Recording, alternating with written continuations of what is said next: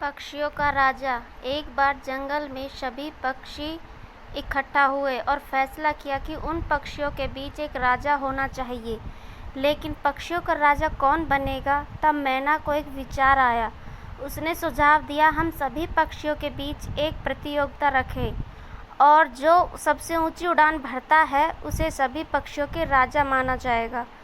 सभी पक्षियों को यह विचार पसंद आया। पक्षियों ने इसके लिए सहमति बनाई। एक ईगल को वहाँ मौजूद था, अपने बड़े शरीर के बारे में दावा करना शुरू कर दिया और कहा, मैं सभी पक्षियों में सबसे ज़्यादा मजबूत हूँ और आप सब भी जानते हैं मैं केवल मैं ही हूँ और उच्चतम उड़ान भर सकता हूँ। तो फिर प्रतियोगिता क्यों? मुझे अब राजा क्यों नहीं लेकिन संभावना है कि आप शायद जीत नहीं सकते। थोड़ी आवाज़ की। ईगल चारों ओर मुड़कर देखा, यह किसने कहा? और आश्चर्य था क्योंकि एक छोटा गौरैया यह कहा था। मजाकिया स्वर में ईगल ने कहा, अरे मुझे कौन हरा रहे हैं आप? गौरैया ने कुछ नहीं कहा। बाद में सभी पक्षी प्रतियोगिता के लिए तैयार हो गया। जैसे ही एक उल्लू ने संकेत दिया, सभी पक्षी हवा में उड़ने लगे, लेकिन वे बहुत अधिक और लंबे समय तक नहीं उड़ सके। एक एक करके सभी पक्षी प्रतियोगिता से बाहर हो गए।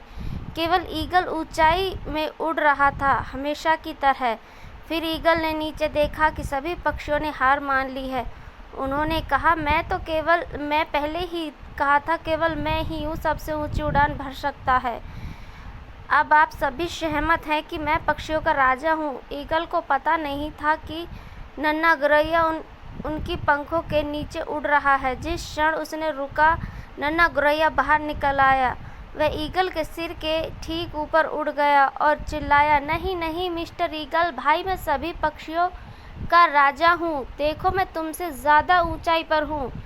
सभी पक्षी गौरैया से सहमत थे। किसी भी मामले में गर्वित ईगल को प्रतियोगिता में हटता हुआ देखकर सभी खुश थे।